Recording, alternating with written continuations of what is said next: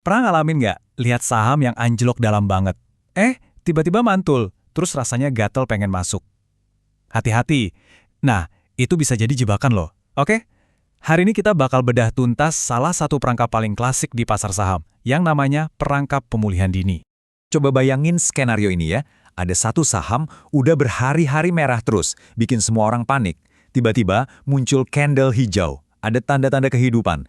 Rasa cemas pelan-pelan berubah jadi harapan. Tapi pertanyaannya, apa ini beneran tandanya penderitaan udah berakhir? Dan disinilah dilema besarnya muncul. Ini waktunya buy the dip bukan ya?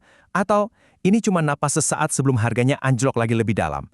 Nah, buat jawab itu, kita langsung aja bedah sebuah studi kasus yang real banget. Oke, kita masuk bagian pertama. Pantulan yang menggoda. Kita bakal lihat kasus saham CDIA pertanggal 10 April 2026. Waktu itu, saham ini kelihatannya kayak peluang emas setelah jatuh cukup tajam.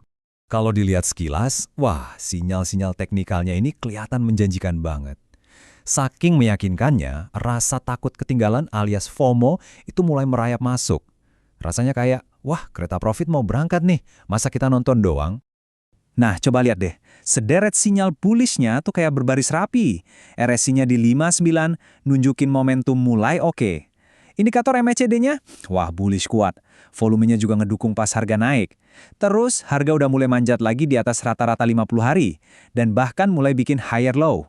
Kalau kita cuma lihat ini doang, gimana nggak optimis coba? Bener kan? Kelihatannya emang bagus banget. Mungkin terlalu bagus untuk jadi kenyataan. Godaan buat langsung klik tombol buy itu pasti gede banget. Tapi disinilah bedanya trader pemula sama yang udah berpengalaman. Kemampuan buat nahan diri sejenak dan coba ngintip apa yang ada di balik semua ini. Sekarang kita masuk ke bagian kedua, tanda bahaya tersembunyi.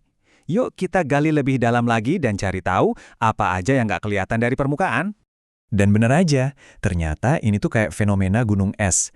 Apa yang kita lihat di permukaan yang kelihatan bagus itu cuma sebagian kecil dari cerita besarnya. Di bawahnya ada bahaya yang lagi ngintai. Slide ini ngerangkum semuanya dengan jelas. Di sisi kiri kita punya harapan, sinyal-sinyal bullish, momentum naik. Tapi lihat di sisi kanan kita punya kenyataan yang pahit. Tren besarnya itu masih turun, harga belum bisa nembus resisten penting, dan investor asing ternyata masih jualan. Ini pertarungan klasik antara optimisme jangka pendek versus data jangka panjang. Atau kalau kita pinjam istilah dari analisisnya, ini bukan uptrend, ini adalah downtrend yang sedang memulihkan napas. Wah, ini kalimat yang dalam banget dan penting buat kita ingat-ingat. Bagian ketiga, perangkap investor. Jadi, di situasi kayak gini, sebenarnya cuma ada dua peran. Pemburu dan yang diburu.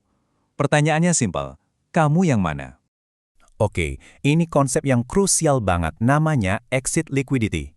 Gini, coba bayangin ada pemain besar yang nyangkut di harga atas. Nah, mereka ini kan butuh pembeli baru, biar bisa jualan dan keluar dari posisi mereka. Paling nggak, ya nggak rugi-rugi amat lah. Terus siapa yang jadi pembelinya?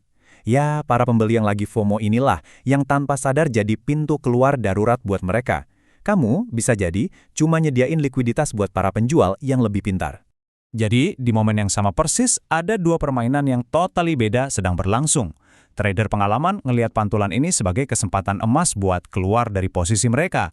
Sebaliknya, trader yang kena FOMO ngelihat ini sebagai kesempatan emas buat masuk. Dua cara pandang yang sama sekali berbeda dan pastinya hasilnya juga bakal beda jauh. Lanjut ke bagian 4, tunggu konfirmasi. Oke, jadi kalau main tebak-tebakan itu strategi yang jelek, terus strategi yang cerdas gimana dong? Nah, mari kita lihat dua pendekatan yang sangat berbeda. Analisisnya di sini ngasih dua jalur yang jelas, tergantung profil risikomu.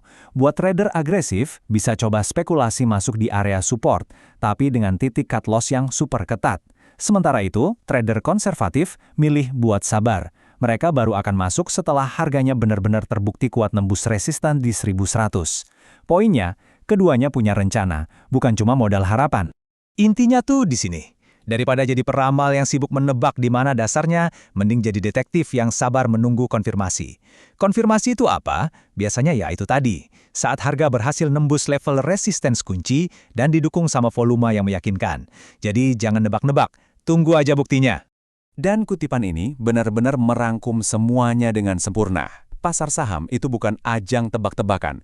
Ini adalah arena untuk menunggu konfirmasi. Ingat, disiplin itu akan selalu menang melawan impulsif dalam jangka panjang. Jadi, nanti kalau kamu lihat lagi ada pantulan kayak gini di pasar, coba tanya ke diri sendiri, gue ini trader yang mana? Apa gue yang karena FOMO malah jadi pintu keluar buat orang lain? Atau gue adalah trader sabar yang nungguin lampu hijau yang beneran nyala? Pilihannya ada di tanganmu. Terima kasih sudah menyimak.